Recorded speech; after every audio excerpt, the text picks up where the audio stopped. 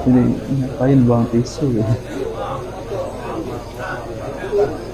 Pengen tai siapa lagi yang pengen tai? Hei, yang pengen tai siapa? Yang pengen berak siapa yang pengen berak? Siapa yang pengen berak? Kamu pengen berak kan? Bismillahirrahmanirrahim. Assalamualaikum warahmatullahi wabarakatuh. Alhamdulillah wassalatu wassalamu ala Rasulillah. Allahumma sholli ala Muhammad wa ala ali Muhammad. Alhamdulillah kita bertemu kembali di channel Cahaya Hidayah. Nah, teman-teman semuanya, jadi di video kali ini saya akan menampilkan ada video yang memaparkan yaitu tentang zikir. Akan tetapi zikir tersebut itu dipimpin oleh satu orang ya, yaitu dengan tidak menutup aurat secara lengkap ya. Jadi zikir tersebut ini sangat aneh sekali. Bahkan ya, kalau kita teliti zikir tersebut itu tidak pernah dicontohkan oleh Nabi Shallallahu Alaihi Wasallam dan para sahabat maupun tabiin, tabi'ut tabi'in. Nah, teman-teman semuanya, mari kita simak zikir yang aneh ini ya.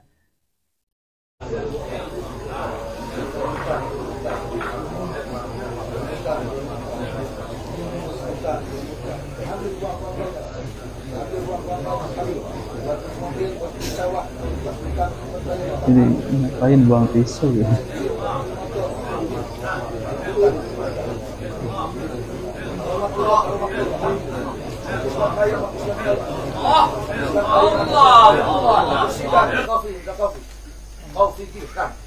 Kau pikirkan. Yang kelima bulan tindakan. Kalau sadar bulan nang. Incang keling menukil bulan tindakan. Bos tak kalau sadar bulan nang.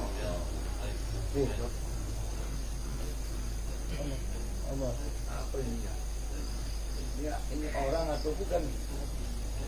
Kamu manusia atau bukan? Kamu setan. Kamu mungkin perempuan dulu. Setan kan? Nggak ada orang sih. Orang-orangan gitu. Mana orang? Mana orang? Orang mana orang? Mana orang? Orang mana? Aku nggak melihat orang. Mana orang? Yang ada nafsu, kuda, kambing, monyet, tuh ular tuh. Mana orang? Coba aku lihat orang. Mana orang? Ular nih. Orang mana orang? Mana orang? Orang mana? La ilaha illallah.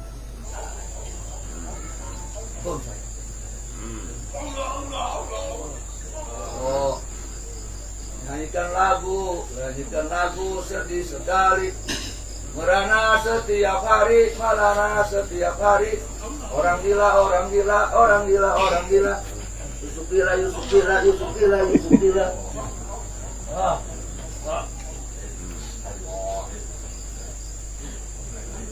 Minta Allah. Apa ini?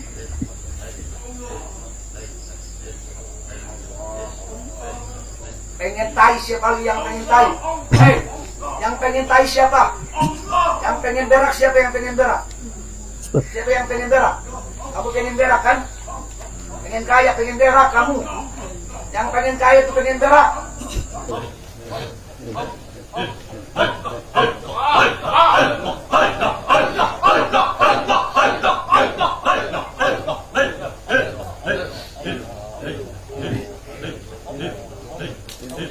Sambil ngerokok. Nah, oke teman-teman semuanya, kita sudah melihat video sendiri ya. Jadi bagaimana orang tersebut itu melakukan zikir ya. Karena zikir itu kita mengingat kepada Allah, memuji Allah Subhanahu wa taala. Akan tetapi kalau cara berzikirnya seperti ini bukan memuji kepada Allah, melainkan akan mendapatkan dosa ya. Nah, oke teman-teman semuanya, kita sudah melihat sendiri ya, yaitu tentang orang tersebut itu berzikir ya, zikirnya sangat aneh sekali ya, bahkan sambil memegang rokok. Apakah komentar teman-teman tentang mengenai zikir seperti ini? Dan apakah ini baik di sisi Allah Subhanahu wa taala dan Rasulnya?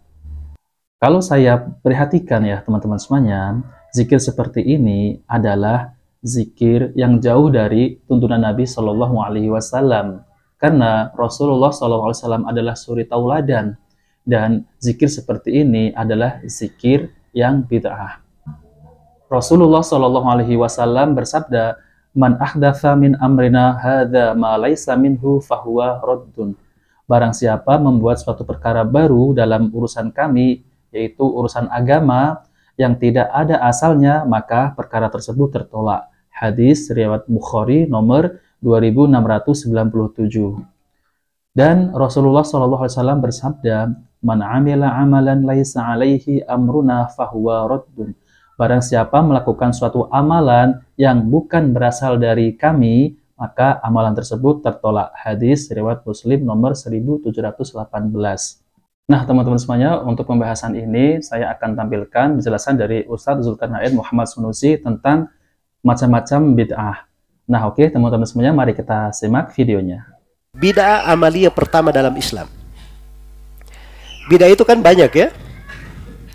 Bid'ah itu banyak. Ada i'tiqadiyah, ada amaliyah. Bid'ah i'tiqadiyah itu yang pertama dalam Islam. Ada yang mengatakan bid'ah qadariyah, ada yang mengatakan bid'ah syiah. Ya. Kalau bid'ah amaliyah yang pertama itu bid'ah dzikir berjamaah yang terjadi di Kufah. Jadi Abu Musa al-Asy'ari mendatangi rumah Abdullah bin Mas'ud, melaporkan, saya melihat di masjid ada kelompok manusia berkelompok-kelompok. Iya. Setiap kelompok dipimpin oleh satu orang. Ayo, bertasbih 100 kali, sama-sama bertasbih, subhanallah, subhanallah, subhanallah.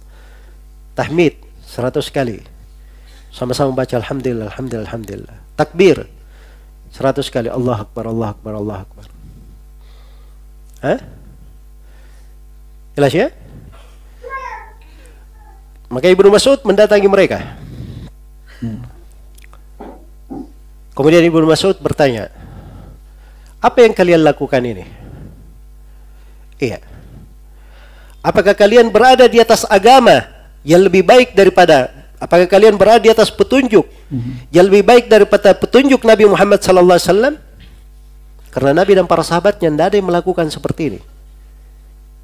Jadi kalian ini hanya ada dua kemungkinan.